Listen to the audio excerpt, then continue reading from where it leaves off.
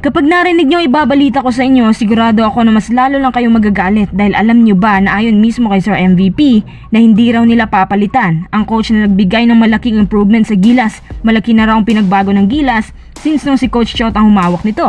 Ano kaya ang basihan ni Sir MVP bakit niya nasabi ang mga bagay na to? At mga quiz, nakakatakot po ang USA kasi wala pa silang talo at sobra pa kung tumambak ng kalaban. Alam nyo ba na halos 50 points ang kalamangan ni USA laban sa team ni RHJ na Jordan?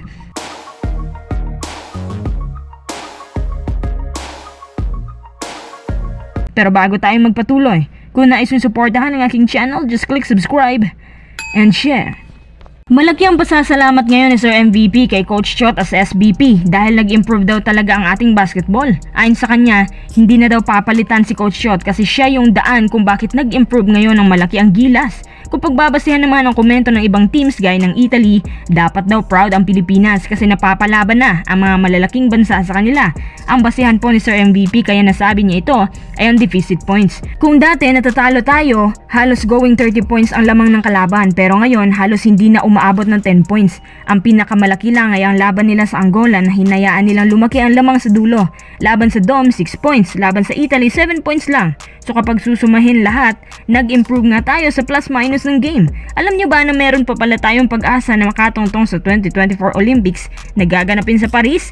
Meron pa tayong 3 games ata na titira. Depende sa resulta ng laban. Meron pang South Sudan, China or Puerto Rico. Ang 3 yan, hindi rin naman basta-basta. Ang China may Kyle Anderson, kahit medyo mabagal, pero effective pa din. Puerto Rico, may gwardiya sila dyan na mala Gigi Barea. Tapos malalakas din sa depensa ang South Sudan. Mapapalaban pa rin talaga tayo sa kanila. Kung sa bagay, naintindihan ko naman ang nais iparating ni Sir MVP. Hindi po madali ang mga laban dito sa World Cup, lalo na ngayon na moderno na ang panahon. Nag-iba ang playing style sa basketball at mas dumarami pa ang magagaling especially sa mga higher ranked teams. Pati nga lower teams nag-i-improve din. Tingnan mo yung Japan, malaki na ng growth nila at mabilis silang umaangat. Tayo kung umangat man, abay sobrang bagal. Kailangan pa ng ilang tournaments para makabuo ng international playing style. Umaasa naman si Sir MVP na sapat na ang pinakita ng Gilas sa tournament na to para mag one step higher naman tayo sa world rankings. Tsaka sa susunod na game, sigurado naman daw ang Gilas na mas gagaling pa tayo. Unti-unti na raw tayong umaangat sa world stage. Pati din si Jordan Clarkson pinagtatanggol si Coach Chot sa harap ng media.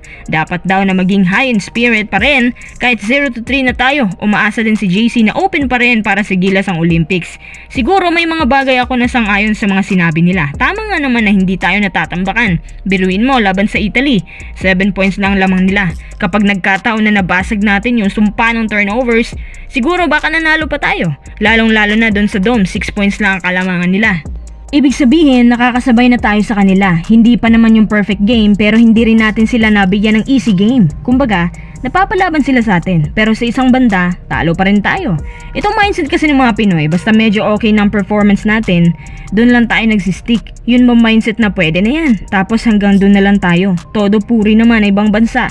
Tsaka mga players, ngayon na medyo malapit na tayo sa kanila, dapat mas pumili na tayo ng mga bagong coaches, bagong program directors, bagong trainers, tsaka palitan ng ibang players. At hindi lang yan, mas pag-ibayuhin pa yung system natin. Lalong-lalo na yung system na umiikot sa mga big man kasi sa palagay ko, dun tayo kinain. Hindi balance ang opensa natin all throughout. Pero anyway, tanong ko lang, payag ka ba na si Coach Chot pa rin ang coach sa lahat ng international tournaments?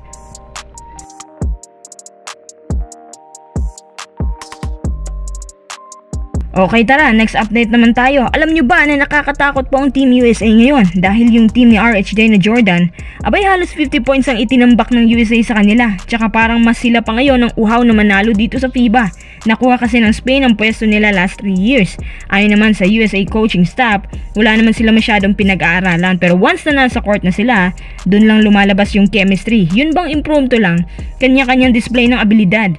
Handang-handa ng USA sa mas mabibigat na laban sa next round pero feeling ko, hindi naman sila nabibigatan. Maning-mani lang naman sa kanila ang games dyan. Mas mahirap pa nga sa kanila ang makaharap yung ibang NBA teams. Hindi ako naniniwala nung sinasabi nila na yung USA parang buong NBA na raw yan laban sa buong mundo.